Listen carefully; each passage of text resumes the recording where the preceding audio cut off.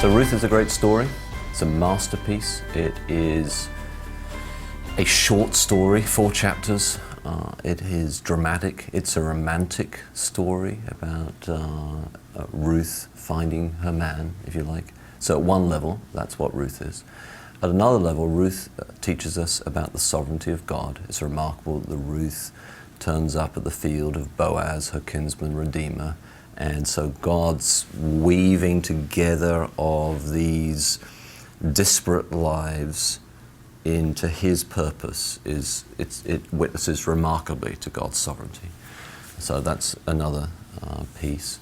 Obviously, Ruth is also about God's redemptive activity. So this theme of the kinsman redeemer, Boaz, you can get very technical about trying to figure out exactly how did this ancient ritual of the kinsman redeemer work and which pieces are reflected in Ruth and which are not, and there's probably some legitimacy to doing that. But not so much just the technicality of that, but the idea, the truth of God as the Redeemer shown through the actions of Boaz, and then Obed, and then finally David. And so it's a story. It's God's sovereignty is revealed. It's God the Redeemer shown.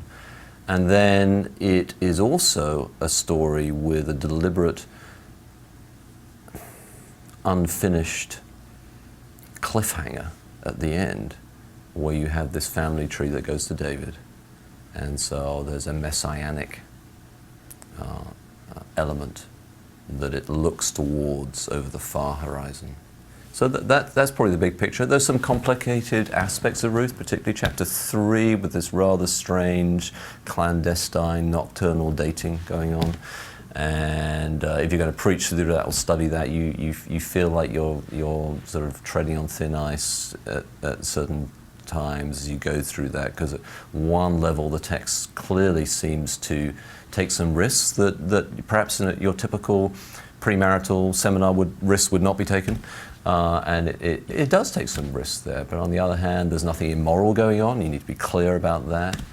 And so you end up, I think, talking about God's sovereignty throughout all these things, God the Redeemer, and then the cliffhanger towards the messianic fulfillment.